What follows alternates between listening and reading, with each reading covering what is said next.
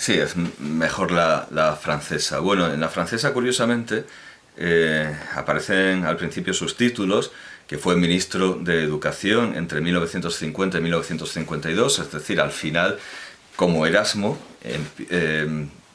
bueno, es como Erasmo, no voy a decir a la inversa, es muy parecido a Erasmo porque oscila entre la condena de los poderes retrógrados y la aceptación institucional y el beneplácito del poder. Solo que, claro, fue ministro de Educación en un periodo muy breve, de 1950 a 1952. Pero bueno, bueno, Erasmo es que empieza recibiendo la aprobación de todos y luego, y sobre todo ya después de muerto, la condena de sus obras. En el caso de Taha Hussein, él empieza recibiendo la condena. Lo echan de la universidad, pero luego acaba de ministro de Educación, afortunadamente. Y desafortunadamente poco tiempo y poco rastro se nota en el Egipto actual del legado de Taha Hussein, por desgracia, verdaderamente por desgracia. Bueno, aquí la biografía sí está completa. Por cierto, que en la ficha de autor de la Biblioteca Nacional, por ejemplo, se dice sin ningún rubor que la biografía de Taha Hussein se ha sacado de Wikipedia, pero de Wikipedia en español. Bueno, pues vamos a ver, cuando va a Francia en 1919 trabaja como profesor de historia antigua hasta 1925. Cuando vuelve a Egipto se dedica a modernizar la enseñanza, es un gran didacta y aquí está, se convierte en el primer rector de la Universidad de Alejandría, pero bueno, creo que nos hemos saltado. Bueno, aquí está.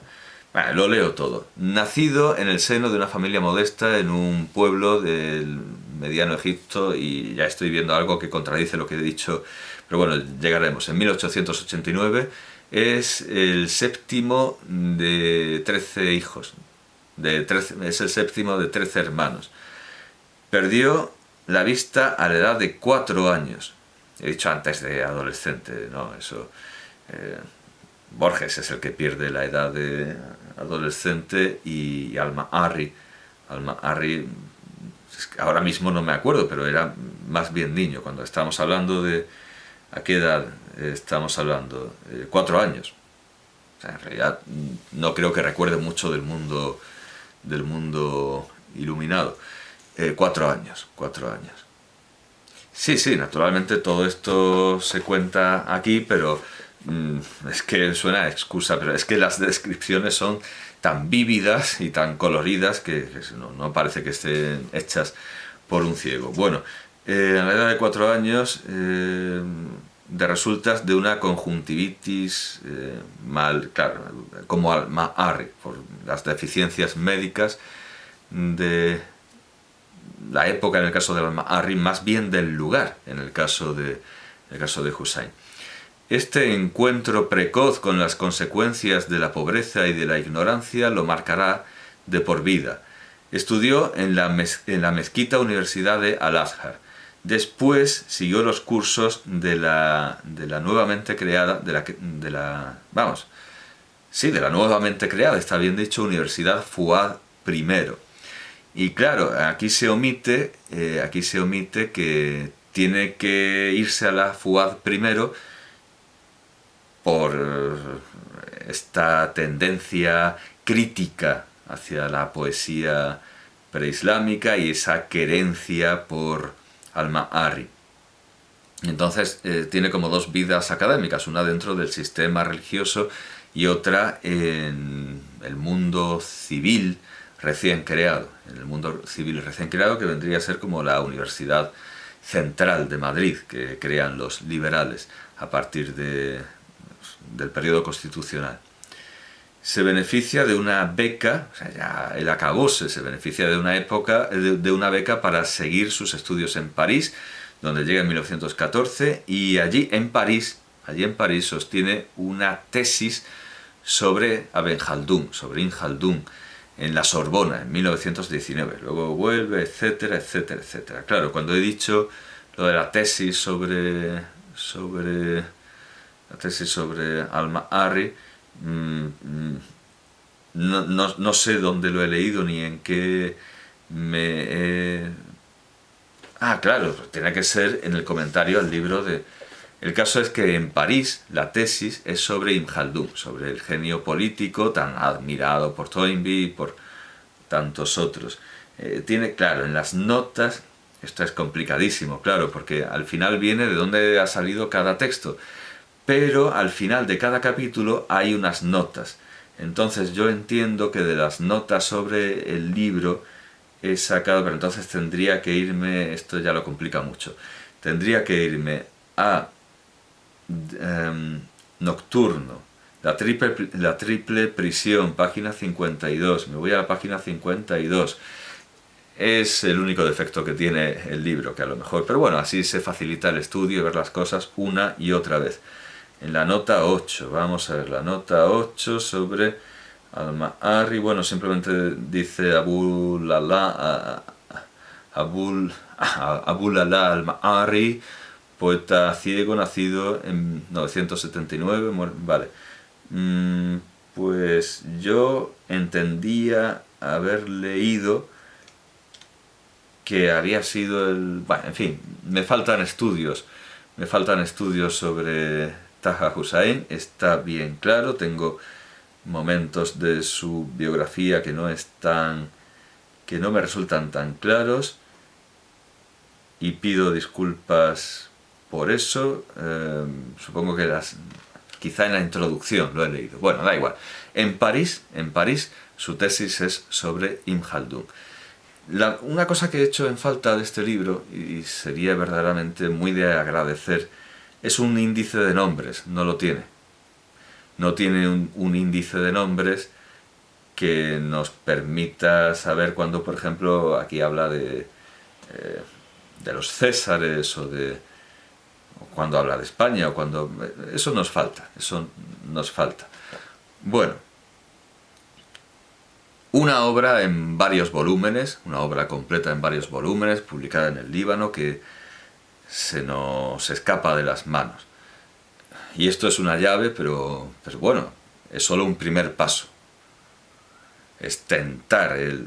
Y claro, en este caso yo estoy haciendo de ciego que guía a otros ciegos, porque yo entiendo que la mayoría de mis espectadores no está familiarizado con la obra de Taha Hussain, más allá de lo que espero que puedan estar familiarizados con los días, pero con el resto de la obra, crítica, académica, erudita, o sea, a lo mejor no tienen tanto contacto. Bueno, pues esto es una llave estupenda para ellos y para mí, que también estoy un poco ciego y estoy tropezando con cosas que creía recordar, pero que al final no tengo muy claro. Y luego al final me pongo a leer algo tan sencillo como el prólogo de Emilio García Gómez, y ahí está todo perfectamente. Es como el verso de Ovidio, que recordaba mal. Bueno, pues seguramente es algo parecido. Por cierto, que Berg hace una cosa extrañísima, que es una especie de mapa de la obra de Taha Hussain.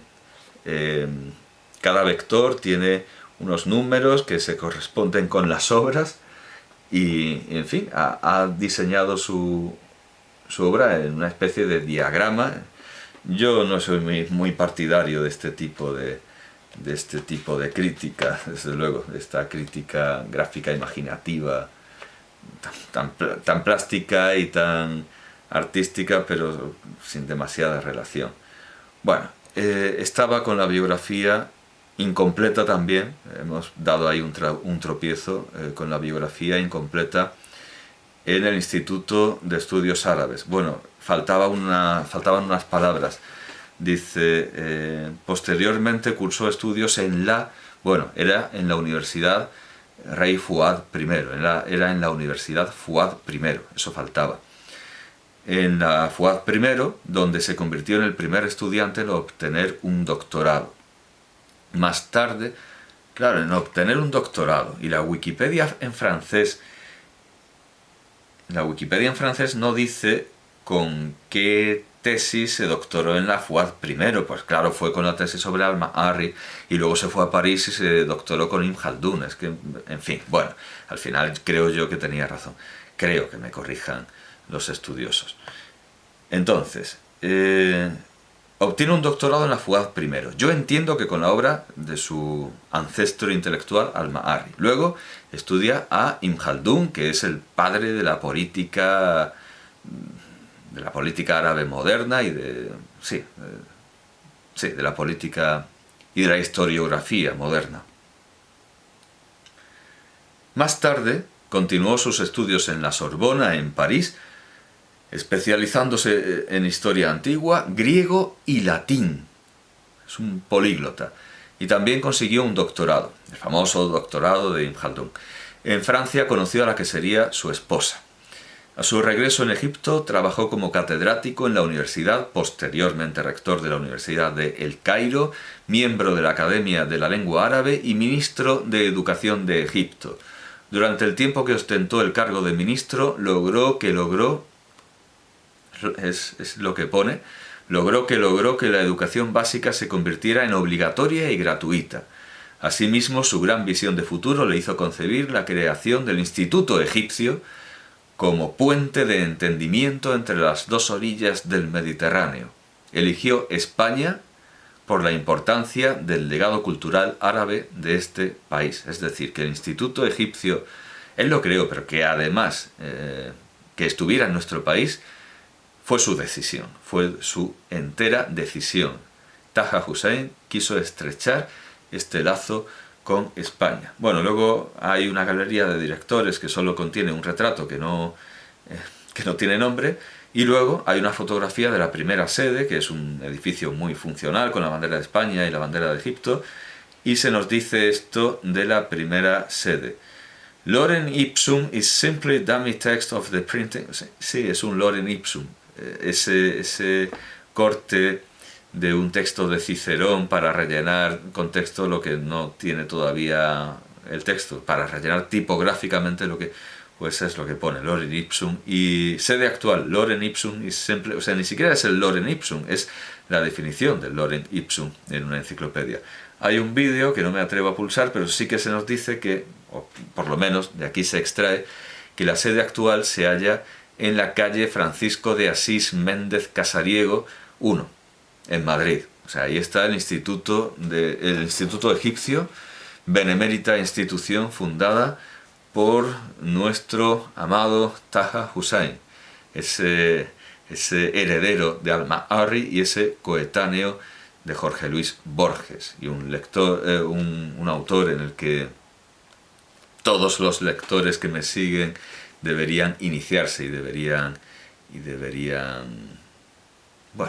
adentrarse en su mundo, en su oscuridad, con una buena lucerna, con una buena lumbre, como es esta antología Más allá del Nilo, que naturalmente denota ese afán universalista y esa mirada vasta a pesar de su ceguera de Taha Hussein, más allá del Nilo, y por supuesto la muy literaria, la muy hermosa traducción, y ya digo que no es la única, si puedo iré consiguiendo más, de Emilio García Gómez.